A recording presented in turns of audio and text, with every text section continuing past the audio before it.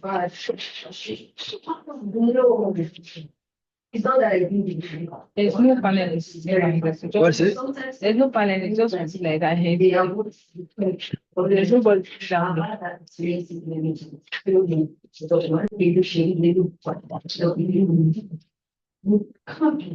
Good morning, ma'am. Good morning.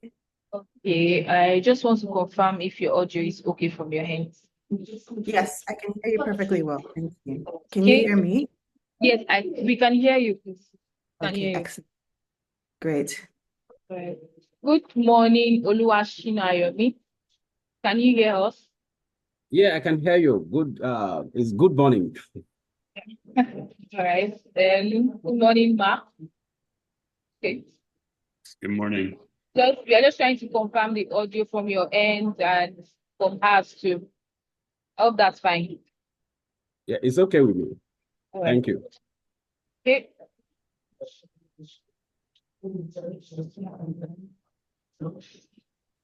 So we are going to hand over to the chair. Is it around? Let's compare it.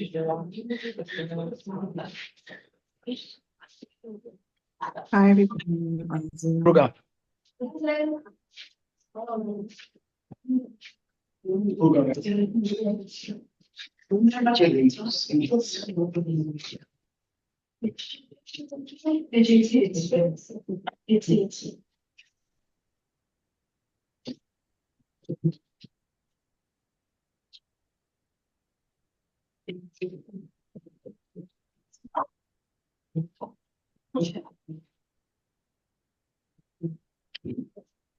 So while we wait for the chairperson, can someone volunteer to continue this session?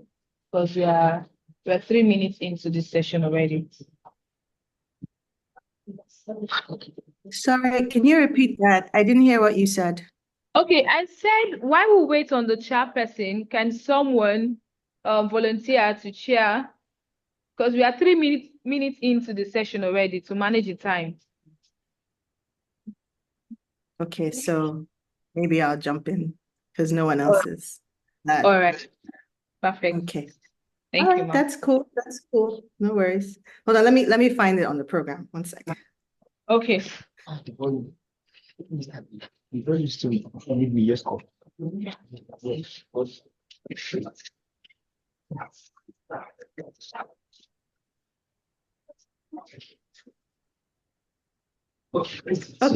Found it. I'm ready. All right, ma'am. You are charging. It's fine. So should we start? Yes, we can. We All can right, start. so good morning. Hi, everyone. Welcome. Thank you for coming to this panel as we engage with and celebrate with Mark Duerksen's new book, Waterhouses, Landscapes, Housing, and the Making of Modern Lagos, which will be out with Ohio University Press. Mark, is it already out? So imminently, that's what I've been saying. Any minute now. Okay, so good morning to everybody on Lagos time. My name is Ademide Adelusi Adeluye. I'm a historian at the University of California, Riverside. I'm one of the panelists for today. Our panel chair, I guess, will be coming soon, but we're just going to begin in the interest of time. So today we have 1, 2, 3, 4. We have 5 presenters, and I assume the way we've been doing it at the conference is basically all of us speak first, and then the author has a chance to respond, and then we take questions from the other panelists and the audience. Since there's 5 of us, I assume we'll speak for maybe 10 or 12 minutes. Is that okay, folks? Yes? Okay, cool. And I think there's a timer that we can use. So I'll just set the timer in the corner, so at least all of us on Zoom can see the timer, and that way we'll know no one has to interrupt anybody else. So I'm going to set it for 10 for myself, 12, and then I'll just jump in and begin. So let me find my notes. So I am also a historian of Lagos, a historian of 19th century Lagos in particular, and Mark has already highlighted the ways that our work, the things that our work shares in common. So I'll just jump right in case we have any network problems and try not to make this too long. So in Waterhouses, Mark Duerksen explores a question that is at the center and has been at the center of what it means to be in Lagos for centuries. What is a house and what can it be? In this book, he also extends this query to think of who can and should have housing and shelter, and where can they have these houses securely. Now, our scholars and architects like David Aradian have argued for a long time for a greater understanding of indigenous and other types of architectures in West African cities like Lagos. Generally speaking, when people write about the history of housing or houses and architecture in places like Lagos, it is almost exclusively focused on the, quote, Brazilian style houses, especially the well-known named mansions that dot Lagos or used to in some cases, from Ebo House to Iloja Bar to even Waterhouse itself, which is still in existence. In this book, Duerksen broadens this conversation to include a much wider variety of lived experiences in Lagos and Lagosians, spanning almost 150 years. In this emphasis on houses as homes, rather than simply as architecture, the work to me is reminiscent of Tasha Riker Epstein's new book on Madagascar, which is called Children of the Soil, where she also uses people's homes and their architecture as an archive to retell the history of the people and their past as they experienced it. Strikingly to me, Waterhouses leans heavily on the intertwined importance of water and homes to Lagos and Lagosians, and each of his 5 chapters highlights a different water feature in Lagos. The book begins with a chapter named after the infamous sandbar, the bugbear of the bights, which has been a historical barrier to entry and access in Lagos. After this come chapters on the canal, the McGregor Canal, the swamps, I should say, the Lagos Lagoon, and the Atlantic, all of which help him to frame and move through the city of Lagos and the islands as well. As he mentioned on Thursday at the panel of my own book, there's a lot of overlap in our own work. And so it's especially exciting for me to be able to read this book, especially since we're students at the same time and we're still trying to sort of conceptualize our ideas about the history of Lagos. So it's so exciting, and congratulations on being able to bring your ideas to fruition in this way. So I'm especially interested in the ways that we both explore the visual qualities of urban space, especially in cities like Lagos, and the ways that you also use maps as historical sources. Now, since I'm a map historian, I was struck by the way that Mark uses different maps of Lagos to frame all the questions that he pursues as he extends what is a house or home and who should have one. We both agree that maps are underused in Lagos history, so his attention to the visualization of the city and space and how it changed over time is a really welcome and important addition to the histories of Lagos that we have access to. This is a city Lagos is a city that water itself houses, and in each chapter of the book, Duerksen reflects carefully on the waterscapes that shape the city. Of course, for those of us who are interested in maps of Lagos, he begins with the National Archives version of Glover's map of the Lagos River from 1859 as a way to really bring us into Lagos Island, to situate its history and understand what it means to live in the different districts from Ologbo to Faji and other places. The first chapter is based on perhaps the most famous map of Lagos, which is Lawson's 1885 map of the city that was made for the Colonial and Indian exhibition, where he mapped Lagos in Lagos Island, at least the western half, and also in it strikingly named the Lagos elites where they lived. This is, as I said, probably the best known map of Lagos and is really useful in the ways that it places people in place, even though they're mostly Christian elites and mostly males in this sense. This chapter is the one that closes the discussion of the infamous sandbar. In chapter 2, Canal, he draws our attention to the quote, gash in the soil, as he writes, that splits Lagos Island into 2. In this chapter, I was really struck by his use of Stevens and Christopher's spot map to show Lagos's topography, how the swamps affect the distribution of malaria, the mangroves, and other things. And we see the city's topography and new attempts to drain and dry Lagos Island, before it was split into 2 uneven halves. Now, the plans of Lagos from 1926 and 1942 effectively draw our attention to Lagos's changing shorelines, and he uses these to great effect in Swamp, chapter 3, where we explore the work of the LEDB. As we move into chapter 4, he continues the discussion of the LEDB's work, using their own maps of Lagos from the 1950s and 60s that finally give greater context to Lagos Island, zooming out to show us how the city sits on the lagoon and in context with other islands in the widening Lagos mainland. This is where my own questions for you will be situated, Mark, as I end these comments. The LEDB's infamous slum clearance schemes are well documented in Lagos newspapers, and this is also highlighted in the map you bring from the Evening Times 1955 investigation, Slums, the New Look and the Old. In the last chapter, he reflects on the impacts of all of this on Lagos and impacts of Festac on Lagos and the maps that render the city as old and new for tourists to come and enjoy and understand the city. And of course, in Swamps, he explores the exciting 1926 black and white plan of Lagos and the 1942 maps that show us the streets, roads, and other contexts. Now, I have already said that this is a much needed addition, but I really wanted to add that I enjoyed reading this book. It's so interesting to come and see the texture and the flavor and the detail that you bring to our understanding of the city, where so much of what we see in the past is about politics, is about different personalities. It was really so engaging in the ways that you were able to move through space, from moving through the past and the present, inside and outside people's homes, and the ways that you frame your own experience in Lagos. This is not the easiest place in the world to study. So the ways that, even seeing you scanning the maps and being in the survey office and different places, this is really a big accomplishment. And I wanted to congratulate you again on a wonderful book. But I also wanted to end on a question. Or I'll do one question and then we can continue so we can get every panelist in while our internet is looking extremely strong this morning. You quote in page 169 in your 4th chapter that we quote, "We must consider interrogating the ways in which the production of the British colonial archive reflected the nature of the colonial state itself." Now, as someone who's a 19th century historian, I find myself nowadays increasingly drawn to the vocabulary of the 20th century. So I wonder for you, how can we rethink the violent rhetoric and actions of, quote, slum clearance? So much of what we think about in central Lagos and has been written around, of course, it was important for the infrastructure to be engaged within these places and to be in some cases improved. But how can we write around and think about these ideas of, quote, slum clearance and think about the people who live there, how they experience these clearances and experience the loss of their homes and in some cases expulsion outside of Lagos Island? Is there another way for us to engage with the losses and gains in central Lagos and in the work of the LEDB? I'll stop here so we can move to another panelist, but thank you. Let me see, who's next? Is Felix Agiola there? He's not on Zoom. Is he in person?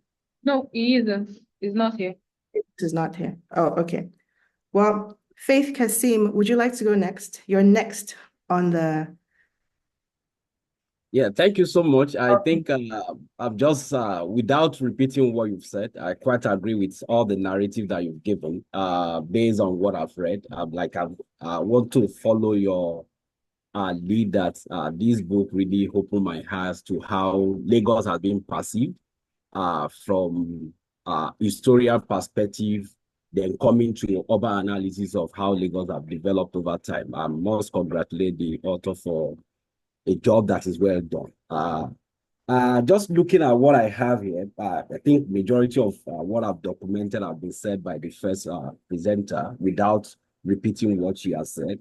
I just want to look at the focus of the book itself, the making of Lagos, and then using where if you don't look at it critically, you won't see that the 5 chapters is on water because the way it's being narrated, swamp, bar, all these things linked to water. And I must congratulate you for bringing those ideas into our understanding of how Lagos can be looked at. And your methodology too, I think, is something, no chapter given to methodology per se, but across board, methodology is coming on board. And what I can take from your methodology is you use spatiotemporal analysis to look at historical map, document photograph, and then use those 2 elements to provide history for Lagos. And again, there is a critical element that you made mention that you are not only focusing on Lagos using the map and history. You also said you want to redouble the city, looking at the transformation through the street level. And I think that is wonderful. That is, we are connecting what is captured on the map to analysis of what is on the feed. Because again, you said that, okay, if I'm looking at the map alone, it may not give me, maybe my interpretation, but you want to go beyond that in saying we're not just looking at the map. We're also looking at interpretation attached to this map. I think that is another brilliant something that you've provided for us to think about. But again, without also not repeating what I've said, I only have some issue that I want you to look at. You only give us the idea of what Lagos is being called by outsiders. That is, you made allusion to what Rem Koolhaas called the city, a giant rubbish heap. Again, you talk about other name being given to the Lagos. I want to ask you again, maybe just in passing, what is Nigerian author or African author? What do they call the city? Or what are you now, as somebody that have already talked about Lagos, want to call the city? You don't really give us a definition of what the city would be to you, and maybe to any African author. What are they term the city? Are they also calling it the giant heap of heap, rubbish? Do you have a name based on your analysis? What do you want to call the city? Again, you said there is paucity of study or African study on housing in Lagos. I don't want to agree with that. Maybe what we will have is maybe the way the city is being analyzed is more of Western idea of how the city is going to be, rather than what African, whatever our analysis have been from Lagos, or for people that have studied Lagos, they've been using their theory, they've been using Western induced theory, not local theory. So we could look at how do we even classify the city from our own history, from our own development. What do we call the city itself by ourselves? That is not really coming up on your something. And again, when you talk about planning, because I'm a planner, an urban planner, I want to you are looking at it from architectural elements. But when you talk about city development, there are things that govern how cities should be developed.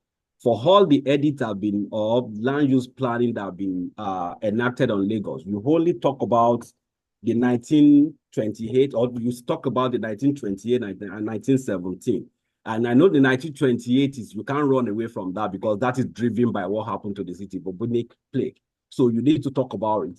The 1917, you talk about it based on what Lugard and McGregor have done. But for others edits, the one that we had for a number of years, 1946 to 1992, I think the implication of that edict to Lagos development, and then from 1992 to date, the implication of those planning law into how cities is going to be developed, because within those cities within those elements of law, you have development control, which is also a function of how cities should be governed. And then lastly, the land use act. The implication of city or government saying it has eminent domain to say, I want to take anything away from you without you having any authority to challenge him.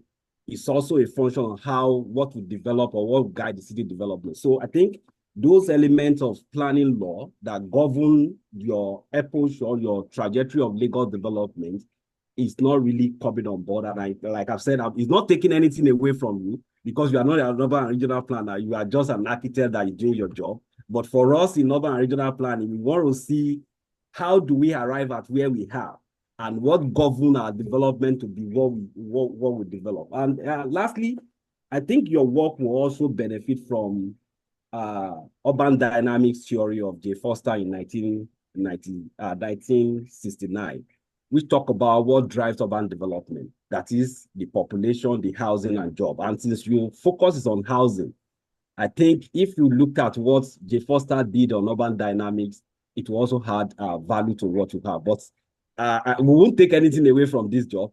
For me, I was really, really will I say I was tutored by reading through what you've done, and I must congratulate you for a job well done. Thank you. I just wanted to say that I don't have your bio, but could you briefly introduce yourself? I'm sorry.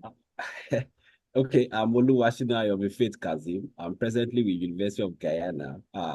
We call it South America. We also call it Caribbean because it's the only English-speaking country in the Caribbean. So, and I'm a Nigerian, and I've done a number of things in Lagos. So, again, sorry I didn't introduce myself. I thought we had Sorry, it I already. didn't ask you to. I would have had your bio otherwise. Okay, Yeah, well, thank you thank so you so much. much.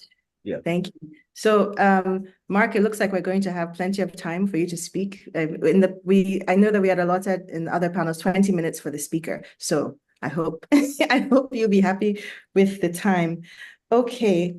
So next we have Ben Mendelsohn. Ben, do you mind introducing yourself, Professor Mendelsohn? Sure. Yes. Thanks so much, Ade, and to my co-panelists. My name is Mendelsohn. I'm an assistant professor of film and culture at Portland University in the Northwest United States. Like Demi Day, I am here in Lagos for the Lagos Studies Conference, but zooming in to this particular session. It is, yeah, it's quite an honor to be invited to respond to this wonderful. Mark also interacted a bit as graduate students in New York, and discussed our projects about Laos at an early stage. Demi Day, Mark, myself, and several others were organizing an informed work of graduate students working on Lagos-based projects. And, I think the Cool House comment, as well as the of the mid-narration, Euro-American. Oh, his network is pretty bad. Yeah, I think we lost Ben, but he'll be back. He's at NISPRI, so he'll be back. So, Okay, it's back. see, he's back. Hi, Ben.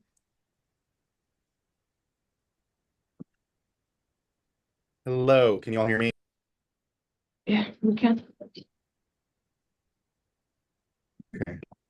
Okay. Anyways, you and congratulations to Mark on this book. It's like I might be having a little bit of network problem. Maybe I'll go ahead and turn my video off to assist in that. My research, and I'm working on my first book project as well, and for that reason I refuse to say there's anything missing or wrong or in need of correction or expansion in this book, because I wish no one to make such a comment to me when I arrive at the stage. But my research is focused on I'm a film and media scholar, and began working in Lagos because of an interest in Echo Atlantic City and the history of the Atlantic shoreline, which has evolved into an interest in the broader history and ongoing practices of landscape transformation, dredging and sand filling, shoreline making, and their action with media, visual culture, image making, and popular culture. And so one of the things, having attended a Demi Day's book launch and having the opportunity to work through this text, that I'm quite grateful for is the kind of complementarity of our studies.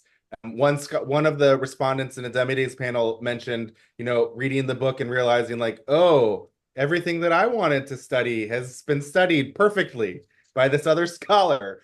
Where do I go now? But I think in engaging with these texts, what's really wonderful is seeing how other scholars are working through a similar set of questions, problems, and processes from their own angle, through their own disciplinary lens, and through their own unique scholarly personas and tendencies, in ways that make our jobs infinitely more doable. I feel in engaging with Mark's text, engaging with the Demi Day's texts, and the work of other folks who have been working on these questions in recent years, the work becomes so much more doable. And so, like the co-panelists have mentioned, I'm quite grateful and struck by some of the aspects of the text that overlap with my own approach to the city, which is that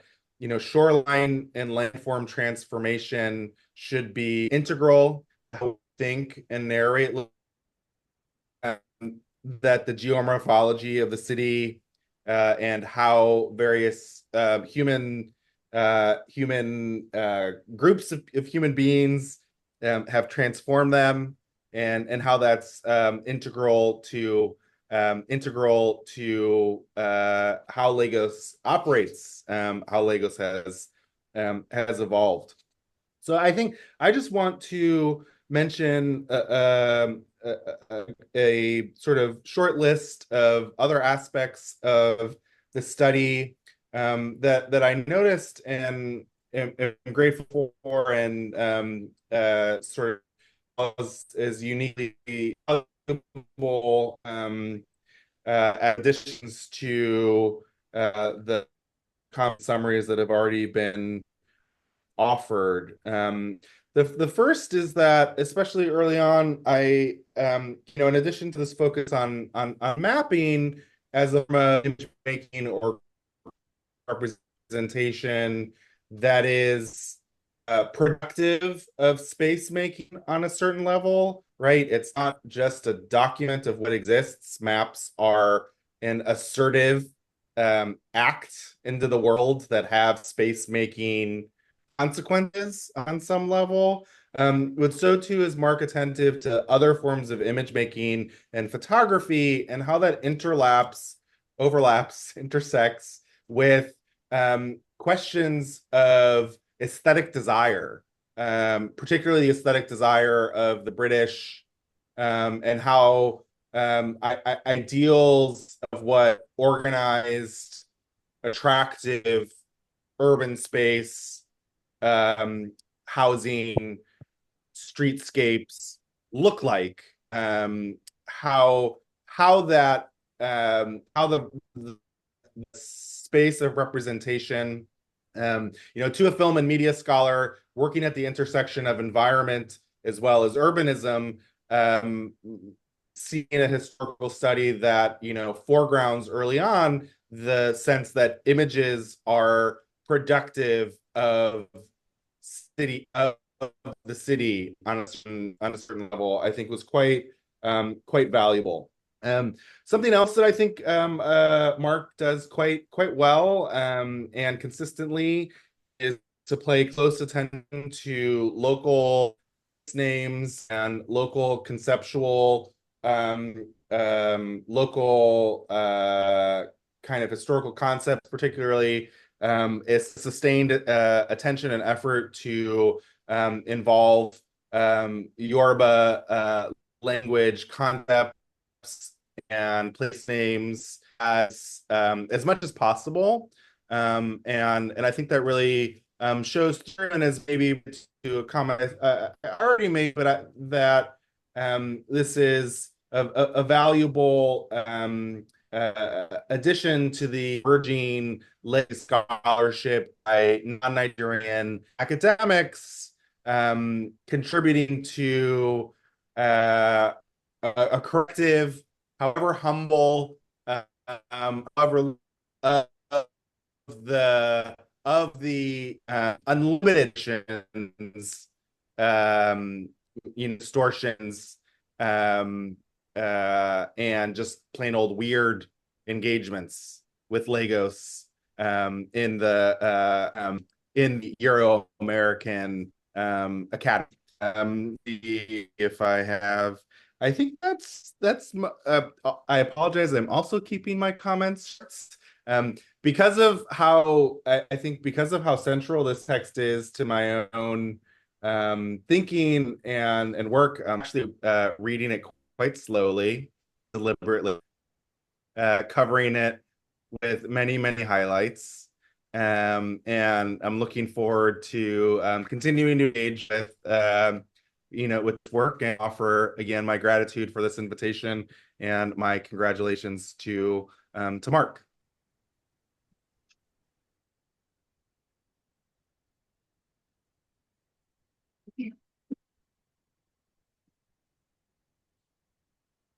Please, can you unmute, ma'am? We cannot hear you. I'm so sorry. My bad.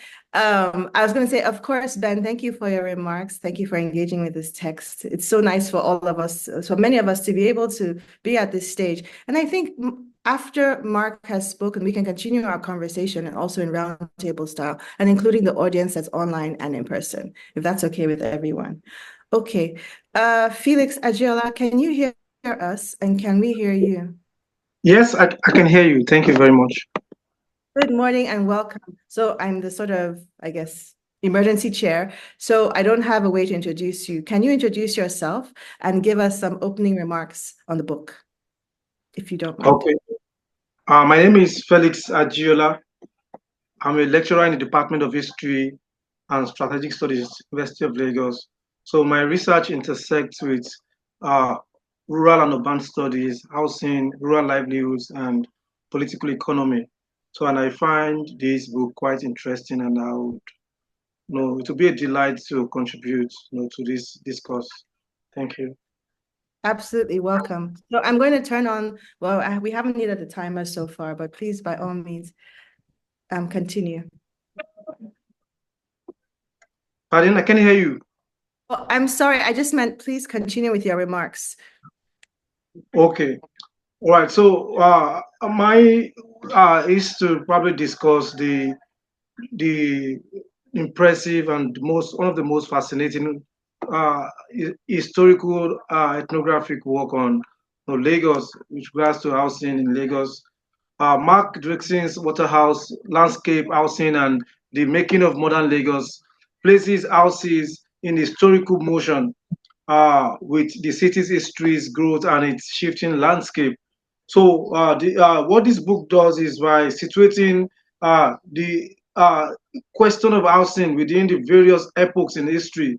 Basically, I would say that the making of Lagos has been a metamorphosis, a hybrid created through diverse historical agencies and influences from European to the Benin's episode in Lagos, the other immigrants that came to Lagos. So what Mark Duerksen tries to do is to map out how Lagos emerged as a prominent city from a small settlement into a town, a culture, how it became a state, an open social formation, and now a cosmopolitan city with changing identities, boundaries, and definition of purpose. So before analyzing the changes to the European and Brazilian style architectural imprint in Lagos, Marx actually mirrors Yoruba urbanism through the traditional architectural design in the pre-European Lagos, showing the essence of a house to the idea of nationality, to culture and identity of the people. So it shows the level of efficiency in terms of community planning, resource management, distribution, and innovation, and civilization in Lagos before the advent of colonial capitalism. And I think central to the book is the intractable segregation in housing organization and land allocation that creates the uneven distribution of power and resources in Lagos, whereby leaving some places behind while others thrive. The whole question of uneven development is one of the things I actually imagined through this book. And Mark described this uneven housing development and physical planning as one of the major contributors to historical inequalities, and presents the urbanization of the city as the way that colonial capitalism, through combined advantages of race, class, and networks and patronages, were able to hold political, economic resources for the privileged elites at the expense of the poor. All right, so one of the most impressive things as a historian for me is the way in which Marx actually combines ethnographic fieldwork with analysis of dozens of maps, photographs, and housing plans collected from various archives, and these were used to predict the factors and actors, and ideologies that actually shaped the contemporary, of course, and the historical architectural landscape of Lagos. So what I decode throughout this book, Waterhouses, is the nuanced historical narrative of power imbalances between European and African elites on the one side, and between government and the governed. And this, for me, using the words of Michel Foucault, symbolizes this assertion that history is not a predictable mechanism, but the most problematic site of often random struggles, viciously articulated in a cruel world of bourgeois and the peasant relationship, the government and the governed, the elite, the capitalist and the proletariat relationship. So these are quite properly captured, as Mark captures the economic of housing, ownership, the costs, insecurity, and supply shortages. And imagine houses as a means of capital formation and wealth accumulation by the dominant political class beginning from the 19th century. And this clearly unveils the root of historical and contemporary segregation and dislocation of urban poor, with I what we think see. Pardon? Mr. Felix network is not stable. I can hear him very clearly. Okay, you can Can hear you me. hear us? I can hear you, yes. Should I continue? Should I continue?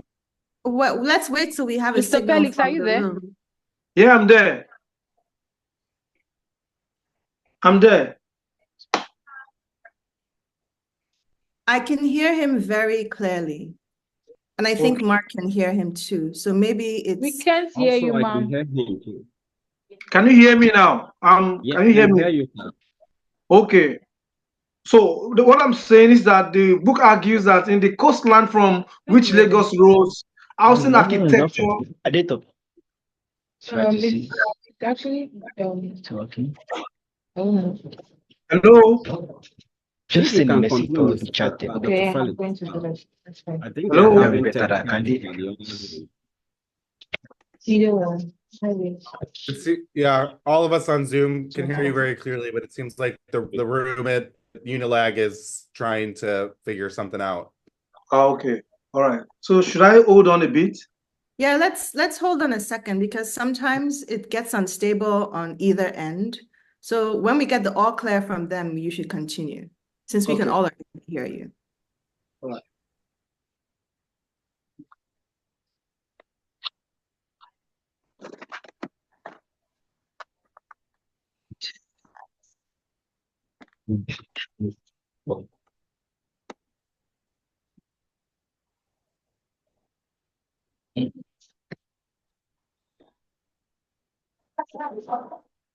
Folks, it seems like they can't hear us, They but can't we hear can us. hear They you. can't hear us.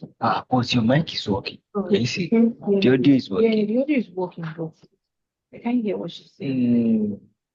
Okay, you can hear us now. Yes. Hey folks, But I we can can't- hear you now. I can't hear her. So I think it has to be network.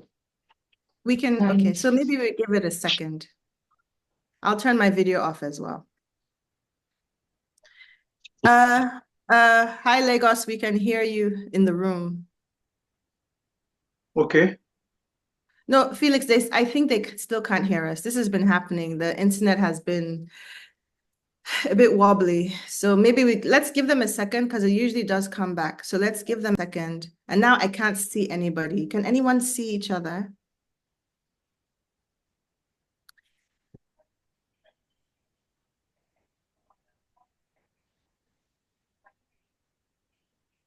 Okay. She spoke now. I heard her. Listen. Can you hear us? Yes, Yes, yes, yes, we can hear you now. So you can continue. We apologize for the glitch. Oh, Okay. no problem. You guys are managing this so well, and we're very appreciative. Thank you. Thank you so much.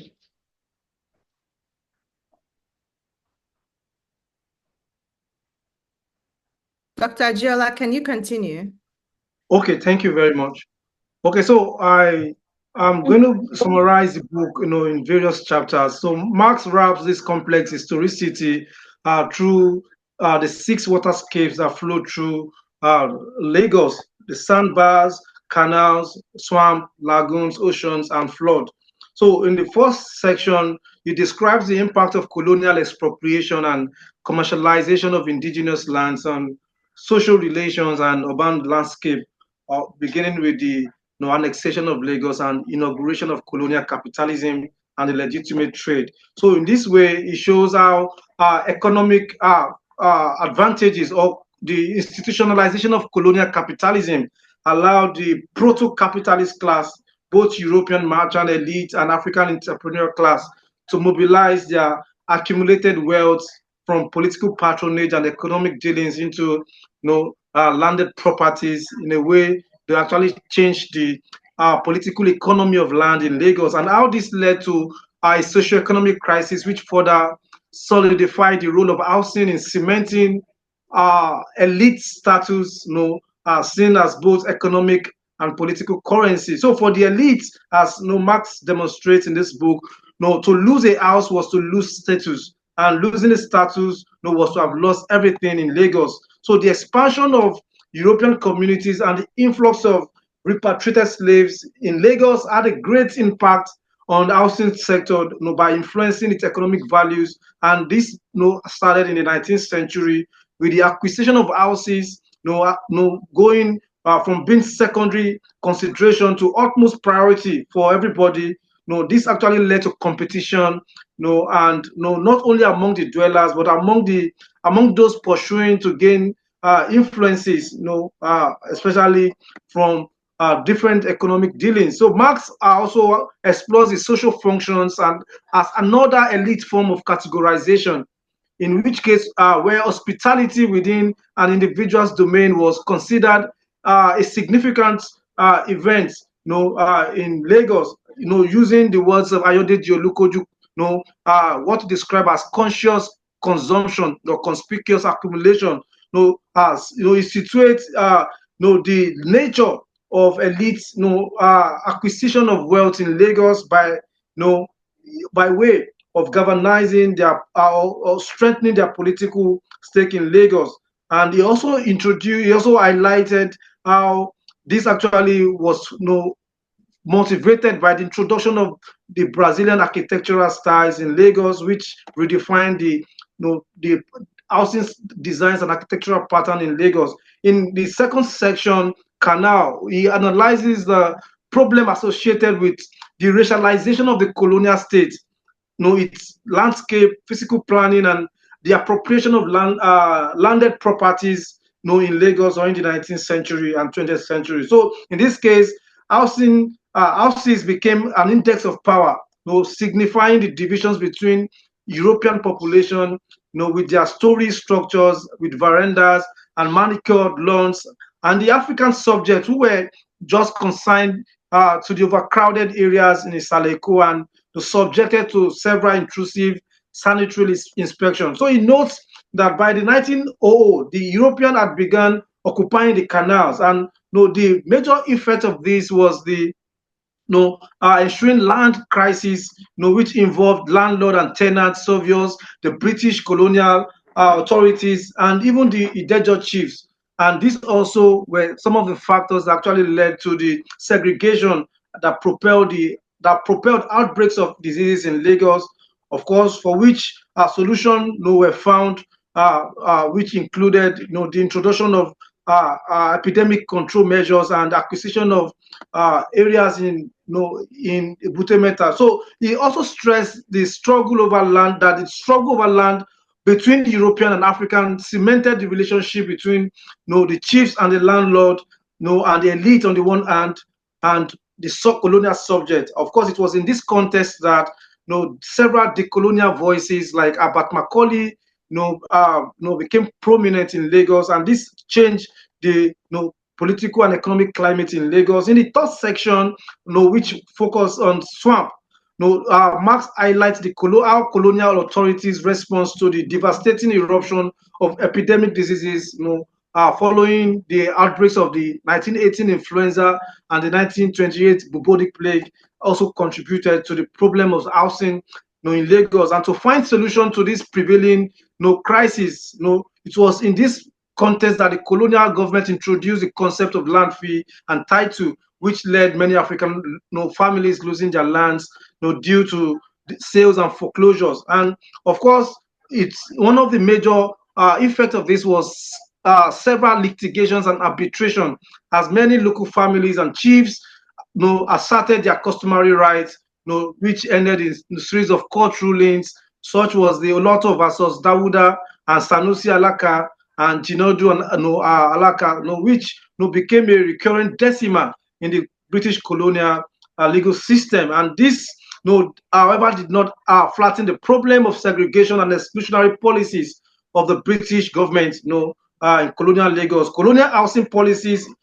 according to Mark, created exclusive European enclaves and reinforced racial hierarchies and power dynamics. And to him, these cynical and racial capitalist policies prioritized the interests of the Europeans and created conditions for epidemics, and dislocation of the indigenous people. And this was a trend throughout the period, even though several measures were put in place by the colonial authorities, to provide incentives to the people, but this didn't really yield much result. An example is the establishment of the Lagos Executive Development Board in 1928, and the concomitant, the displacement of people and the creation of self-built slums, which provides the avenue for urban insecurity and juvenile delinquencies in Lagos. Of course, there were responses to all of these issues in Lagos, as was clearly explained. In the fourth section, the author describes how neo-colonial urban planners upheld the uneven colonial housing and physical planning structures and policies, with the various slum clearances that led to forced eviction, dislocation, and dispossession of indigenous and other residents in Lagos. So I think Marx's critiques of Maxwell, Fry, and James Jew's work influential in tropical modernism, arguing that their modern and functional designs were rooted in racist and imperialist assumptions about African people. So he challenged the notion that tropical modernism was a reset of colonial relations, while in reality, it is a continuation of colonialist and imperialist attitude. Of course, a typical example was the critique of the LEBD, Lagos Executive Development Board's clearances and rehousing schemes, which were aimed at modernizing the architectural pattern and social realities of the people of Lagos. So with the evolution of this, with the evolution of Lagos society, the relationship between housing, power, and patron-client relationship was emerging in the 1970s, during the oil boom, as more lands are now controlled by the government. And he argued that housing was a critical link in the operation of patron-client network, which was central to the functioning of the petro state's economy. The state control of housing and real estates widened the prebendal system, which allowed political agents to distribute resources to their loyal clients, while those who acquired houses, the elites built client network, they became powerful patrons in their own right. And this has been the bane of urbanization even in contemporary Lagos. I think I need to move rapidly because of the time. So I think what I see clearly in Waterhouse is that it resists the account of predatory description of African civilization that reproduce colonial forms of power and exclusion. So Marx Waterhouse asks readers to reimagine environmental policies and practices bound up with inclusive definitions and outcomes, since environmental factors has influenced and will continue to influence the course of human settlement and development in Lagos.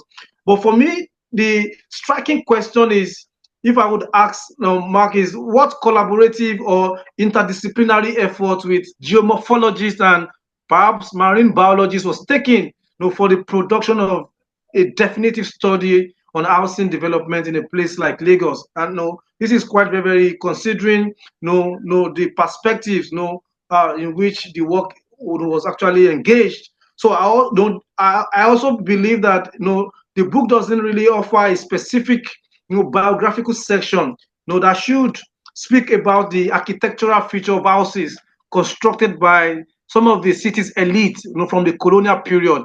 Quite a lot of them, if you go to the archive, Elias House, Darocha's, Evaristo Akerele's house, the Ebun House, J.H. Doherty, S.H. Pierce, the Branco's house, the C.O. Blaze, the Tom's house, Salami Adaje, and even some of the key actors like Taiwo Oluwo, Georgios Cole, JPL Davis, RC Blaze, RB Blaze, and all of these merchants and influential elites So as a historian, I thought that it would be more apposite if Mark could probably offer a very short or anecdotal description, biographical description of the nature and the pattern these houses, and this will probably but in conclusion, I'll say that Waterhouse is a valuable contribution not only to African history but also to the history of housing, in the flourishing, what Christian called flourishing, the slave port, and Ayode Joluku described it as this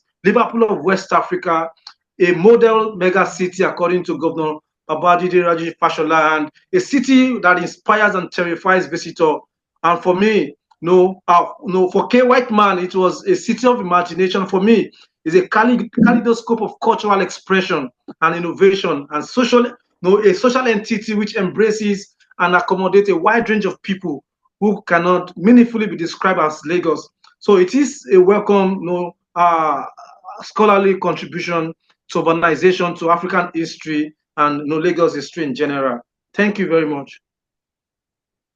Thank you so much, Dr. Ajula, for your spirited and well-considered comments, and also for pointing out some of the things that are going through our panel, this idea of resisting those old narratives about Lagos. So, Alan, do you mind introducing yourself? Can you hear us? Yes, I there you can. are. So can you hear me well? Can you speak up maybe a little or turn up your volume? It's a bit low for me. Okay. Okay, how about now? It's still the same. Still the same? Okay. Should I just speak louder or? Yes, But I think you can. speak louder. Yes. Okay. Okay. Hello, I'm Alan Shao. I'm an assistant professor of geography at the National University of Singapore. So I'm an urban geographer and cultural geographer, having been doing research in Lagos for more than a decade. So my research actually intersects with this very exciting book, actually, to some extent, because I did research in Duerksen Estate, which is located at the Ebeda and the Yanapaja area. So I will talk about that kind of experience a little bit later.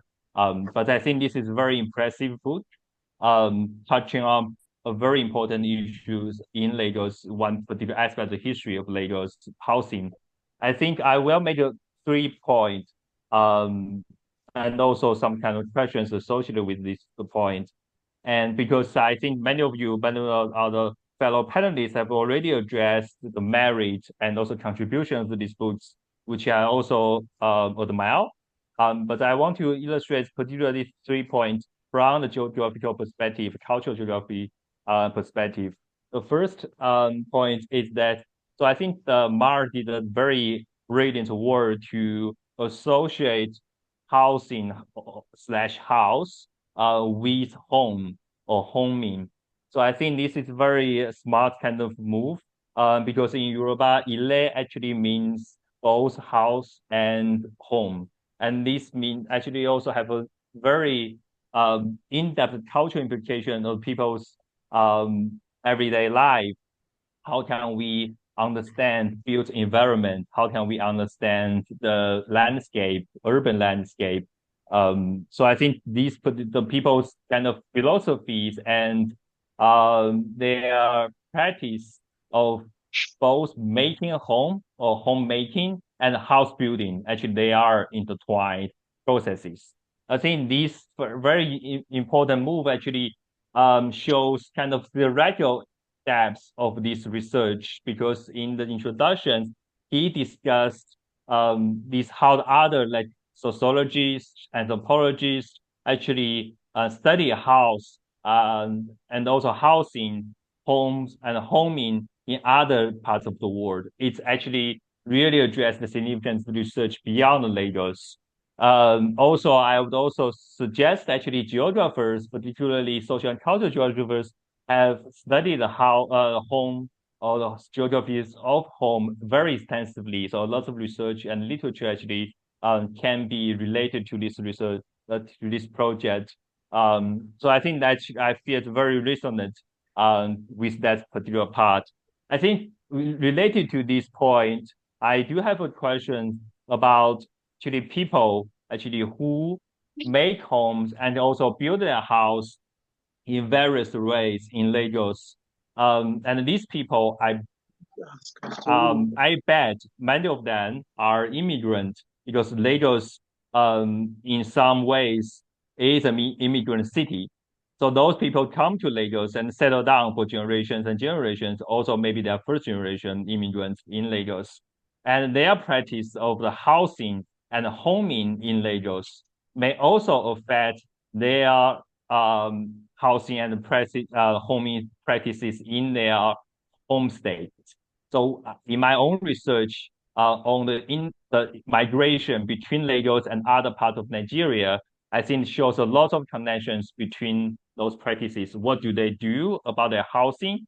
Or is related to what do they do in a home state. So I think this particular linkage probably can also further enlarge the implications of this research to show that how studies of the house in Lagos can also better our understanding of housing in other parts of Nigeria, also maybe other parts of the Yoruba land. So I think that's probably is to think about the significance of the homemaking, unmaking, and remaking beyond Lagos. So that's is the first point. The second point is also related to the culture of the homing and of the housing. I think one probably the understated aspect of the housing is about the death, because when Yoruba people and also many other Nigerian ethnic groups build their house, one of the issues actually is to consider how to really bury our bodies. How do we understand the death? How do we really have the funeral around the homes? So I think that perspective can be also further elaborated related to my first point about the rural-urban migration, about the inter-region migrations. Because, for example, if a person lived in kind of a high-rise or kind of or low-rise kind of apartment building, and then it's quite different from compound. And then how do people understand a different lifestyle in such kind of built environment related to their like aftermath of their life. So I think that's probably the cultural dimension can also be further elaborated in this research. So my last point actually related to my own research in Gong Estate, because very close, similar to Faisal Town. So Mark actually addressed this part in chapter 5 about Faisal Town as a very kind of important cultural representations of nationalism in the housing area. And also the federal housing authorities was even established in the Faisal Town.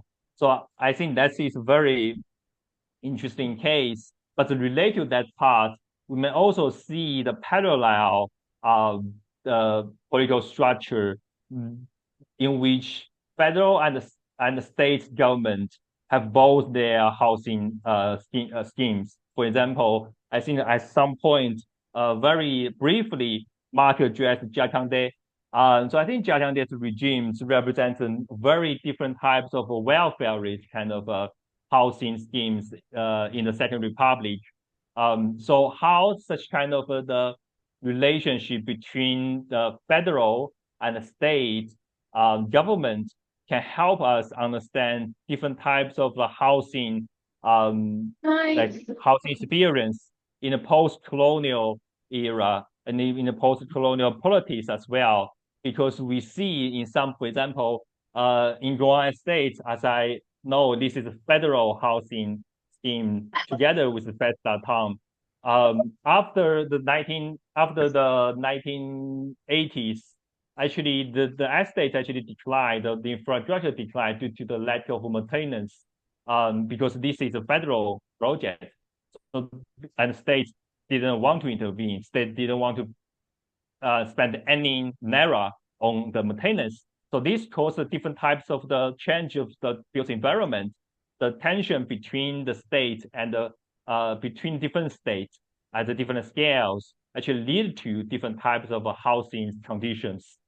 Changes of the post-colonial conditions can also aggregate lived experience in those environments. So such kind of divisions until probably the 2015, the Buhari government became kind of the power in the office, and then we see the consistency between the Lagos state and the federal government. But in past 20 years before that, we see the opposition, we see the tensions between these, and these can manifest in many aspects also in housing. So such post-colonial politics probably can be further just in a housing and home, because I know this is a historian kind of book. It covers a lot of issues, particularly in the older days. But I think contemporarily, particularly after structural adjustment program era, and then such kind of a politics can be better illustrated probably in the new chapter 6, if that is possible. Okay, so I think I will stop here. But also, lastly, congratulations on publication of this significant book. Also look forward to further exchange in the future. Thank you. Thank you so much, Alan. Mark, I see you have a lot of work ahead of you coming that people want to see. So I just actually remember that usually we take questions from the audience in case there are things that you might want to also address that are in the room. So, if there's anyone online or in the room, I hope you can hear me at Unilag. Yes, If there we are can. questions, okay, Yeah, we good. can hear you. Are there any questions for the author from the audience, please? Do you have any questions? Does anyone have any question? Yeah, I can take it first. For now, no. For now. For now, Let's give it a second. Don't worry. Let's Okay. give it a second. don't move this unless it's maybe something else. It's changing.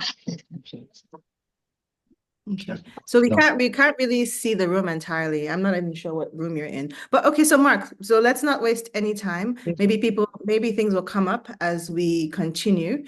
So you have, about 20 minutes. Feel free to take it all up or ask us questions, or if you want to do a roundtable style, whatever you want, the floor is yours. Okay. Well, thank you so much, Ademide, and thanks for stepping in so gracefully to serve as the chair. And a very early good morning to everyone. Thanks to you on the East Coast in the US and Guyana for getting up so early to take part in this. And I'm just so grateful and appreciative of all the feedback, all the commentary, the close and thoughtful reading of the manuscript. Is really just, there's a lot to chew on. It's really inspiring and stimulating to hear all your thoughts about this book that has kind of consumed me for 10 years. So it's nice to have it out there in the world and getting some feedback. And seeing Ademide, seeing Ben, it is taking me back to these memories of 2014, 2015, hanging out at NYU, talking about Lagos. And it's pretty cool to see where we've come and how our work is continuing to intersect. And I'm glad I'm not a grad student now, like getting into Lagos, because I just feel like there's been this surge of work on the city. There's so much more now to read to kind of get caught up. But I am really excited what the next generation is going to do with that and how it's going to be reinterpreted and continue to be reimagined. So I can step back and give a little bit of kind of background on the project. So I think, like so many people, I was kind of drawn to Lagos studies because of this paradox of the city. How has this city grown so tremendously fast? How has it accommodated these now 20 plus million people and in this really fragile, low-lying, precarious environment? How does that work? As Cool House famously interrogated and never released his project on the city. And I think there's probably still not a satisfactory answer. It's an impossible question. But it's something I started to explore through conversations with people in the city, people I was staying with initially in Ikeja. They were very protective Yoruba older retirees. And we spent a lot of time just in their house, in their friends' houses, visiting, talking. And I think just being in those settings just really made me think about these kind of interior spaces of the city and how much of the fabric they were. And it led me to this question that several of the speakers have summarized of what is a house in Lagos, and trying to unpack that across multiple literatures, multiple eras of the city. And it really, I'm still kind of surprised there's not more on African houses in the historiography. It seems like it intersects with so many of the questions that African historians have been interested in, whether it's kinship, whether it is discussions about security on the continent, whether it is about materiality, urbanism, and kind of looking into that question, it makes you confront questions of land ownership, of questions of labor, of family structure, of households, as I like the way Alan was just saying it, of housing and homing, questions of all the economic questions that come up of collateral, of mortgages, of residential segregation, and all these questions that were being really stressed about in the colonial era of sanitation. And then there's the questions of visuality and representation, materiality, status. And so kind of the project became, how do we trace all of these different ideas about what a house is, what it can be, across a pretty big span of time.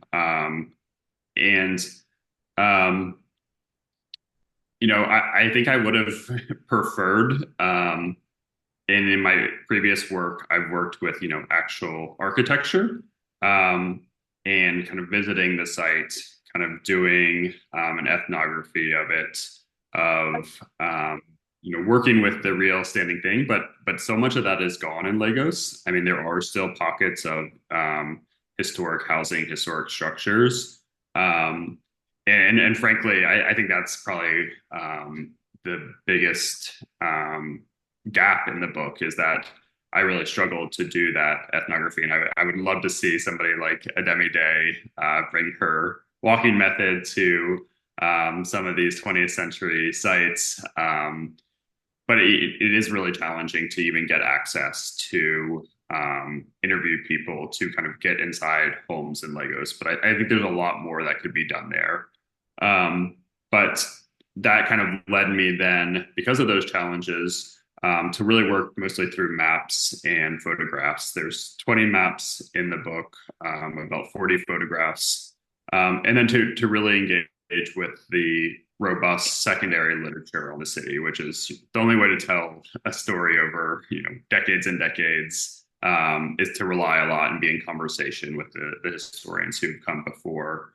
And that's what I wanted to do. I wanted to tell a story of the city.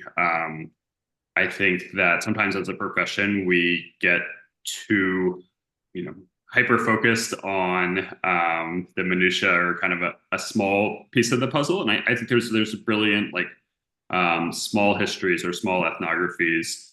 But I think when we feel it's necessary, we as historians shouldn't be afraid to try and tell bigger stories, and not just leave that to the journalist or the politicians to do that, but to bring some of our expertise to kind of creating those narratives, even though there's inherent danger and pitfalls in that. But so I really am, this project wouldn't have been possible without the generations of Lagosian scholars who've come before, who've done so much amazing archival, ethnographic work on the city. A lot of the chapters I try to engage with those debates, conversations that are, I love some of the debates in Lagos studies. They're so rich and unsettled. So I think there's still a lot to do there when we're talking about who is an elite in late 19th century.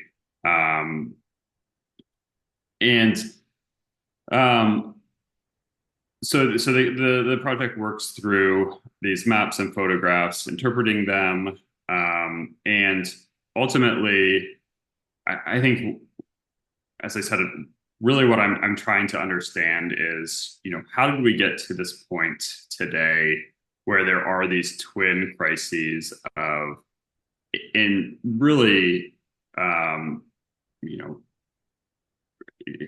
out of control housing shortage, housing problem in the city, and the dual problem of rising seas, of climate change, coastal erosion, where you literally have the city kind of spilling over as the water is rising up. And what are kind of what is the historical roots of this this twin crisis? And to try and trying to make this history relevant, how can planners, how can policymakers kind of as I think one of the panelists said, challenge some of these conventional narratives of the city, and start to think about a different future, different possibilities. And to really, there's still so much of this idea of, kind of the celebration of newness, of a new idea, of a new paradigm, of the hyper visible. We see this with like the floating school, or with, Echo Atlantic, or some of the other big development projects that are, we see the kind of impressive renderings, or the singular image that this is going to save the city. And that's actually a really old trope when you start to go back into the archive of the new saving the city, of the hyper visible, kind of washing away the city's sins and starting afresh. And that has failed over and over again because it really hasn't grappled with how people see the city, how people actually live in the city, how people dwell, with different types of dwelling and experience in the city. And so there are all these maps and photographs, and I think as Ademide has really artfully done, and I think done a much better job dealing with some of the cartographic literature about how you interpret these sources. But because there was this like intense focus on the appearance of the city, there's so many of these records in the colonial archive, and they were putting all kinds of justification on clearance schemes, on redevelopment, on replanning, on segregation. But over and over again, it really comes back with this preoccupation with what a city should look like, what a colonial city should look like, what a modern city should look like, who should be visible, who should be kind of have a privileged space in that urbanism. And in the process, so much of the city was demolished, razed, rebuilt. So many people were pushed out. And so using some of these sources to recover some of that archive, some of what was there before. And I think I would love to see Ademide's kind of constructive mapping, creative mapping go into the 20th century to make this even more accessible, some of this archive. Let's see. But I think those were the, let's kind of the main points. I really appreciated the summary, both from Ademide and Felix. Actually, like I learned something about my own project by Felix's summary. It was really, really well done. But kind of the last point I'll make before kind of getting to some of the feedback and questions was this project really is, I think, a start. It's got a lot of holes in it. It has a lot of gaps. It's trying to tell a 150-year story. There's a lot that can be filled in. There's a lot that can be supplemented, added onto, use those jumping off points. So I am going to be so fascinated to see, what a really good ethnography of, 1970s, going back and talking to some of the older generation about their houses, their spaces. It's something that, if I had 5 more years to do 2 more research trips, that was kind of where I wanted to take the project, to really do more intensive interviews with people about their homes to get their perspective. I think Faith was hitting on this, how do Lagosians see their city? What do they describe it as today? And somebody who's done a little bit of this is Stephanie Newell from Yale, and her ethnography of dirt, which I would recommend to anyone interested in kind of discourses around Lagos urbanism and cleanliness and sanitation today. So I can try and go through a few of the questions, starting with Ademide. Yeah, first of all, I would really be interested to see your interpretation of those Vestac maps, like the walking tours. I think they're like right up your alley, and I would really like to if you could write about that or to talk to you about that at some point. I don't think I did enough with those. I think there's more to unpack there with kind of that curation of a walking tour of old and new Lagos. And in that part of that project of like Nigerian nationalism. Yeah, I think in terms of like the archive and archival practices and thinking about the city as an extension of that, as a holder of history. And I do think that to a degree, colonial administrators were thinking about the city that way. We're seeing it as bearing the scars of 100 years of occupation by the 1950s. And it was something that really, having worked through the history and getting to the 1950s, was so astonishing to see. Here are the colonial planners saying, here's a restart. Here we're kind of turning the page on what came before, and actually taking all of the marginalization, all of the neglect of the African side of the city, and twisting that into the justification then for demolishing it, and not acknowledging kind of any of what it actually led to that inequality in the city, which is like mind blowing. that I haven't seen that written about, I think, widely enough. Kind of that twisted justification for what happened during decolonization. And with the slum clearance schemes.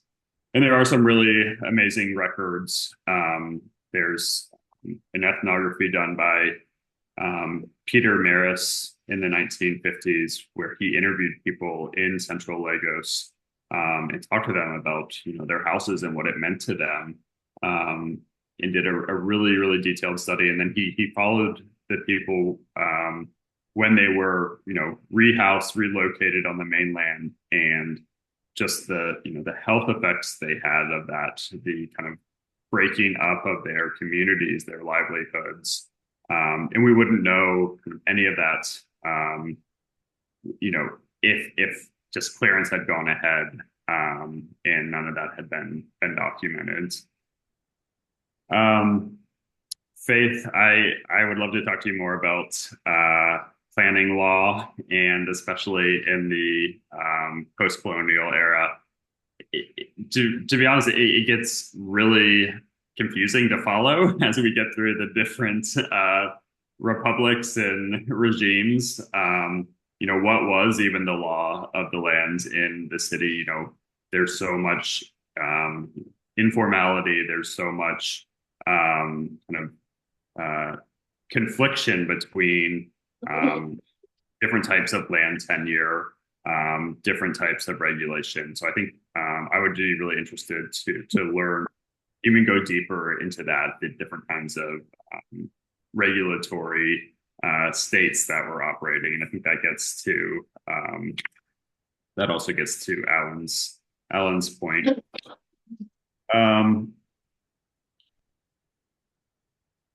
Yeah, just to echo what Ben said about really enjoying how we're all coming at this from these different methodological trainings, these different disciplines. And I think that's really what we need, what Lagos needs, is this kind of diverse tapestry, kind of looking at the same questions, kind of coming at them from different angles. I tried my best with Yoruba, but I think there's a lot more that could be done, getting to Faith's point about kind of local perspectives on the city. Try to wrap up here.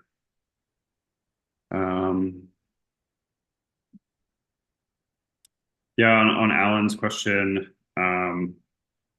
it's a really good point about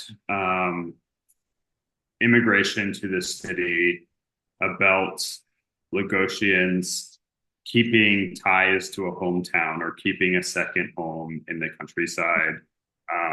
That has deep roots. That goes back to pre-colonial times of families having two houses, one in the city and then having a farmhouse. And I think I would really be curious to explore that more in the more contemporary era, and how those patterns have continued. But I think those are kind of the main points I wanted to hit. I just really appreciate the close reading everyone did of the text. And Ohio University would be disappointed in me if I didn't point out that for the Lego Study Association conference, they're running a sale. So if you are interested in purchasing the book, if you use Legos as the promo code, you can get a discount. So that's my little plug. But again, thanks everyone, and look forward to any additional questions with the few minutes we have left.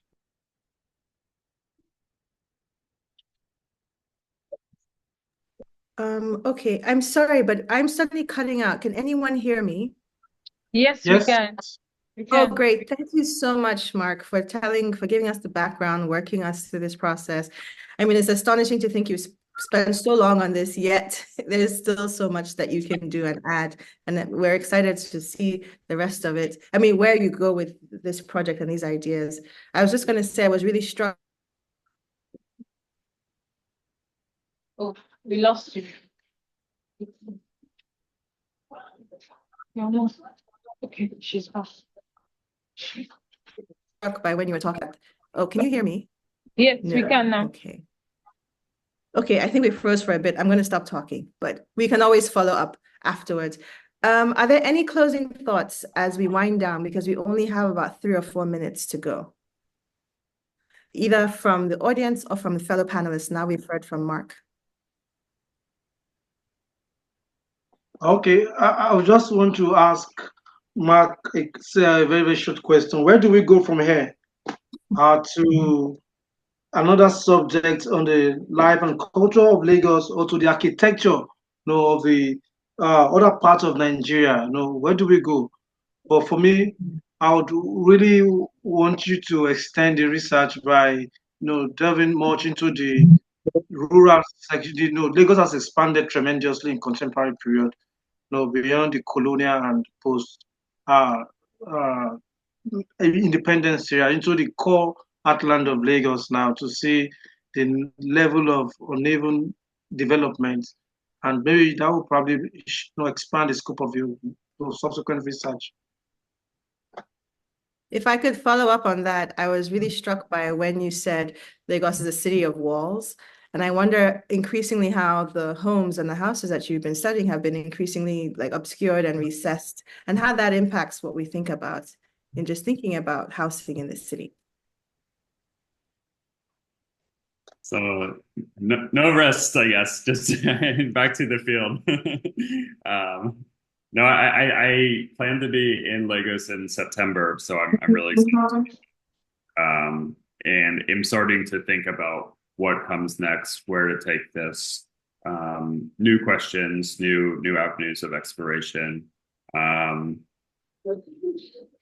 Yeah, I mean, I'm curious to see the city just since I was last there. This continued sprawl,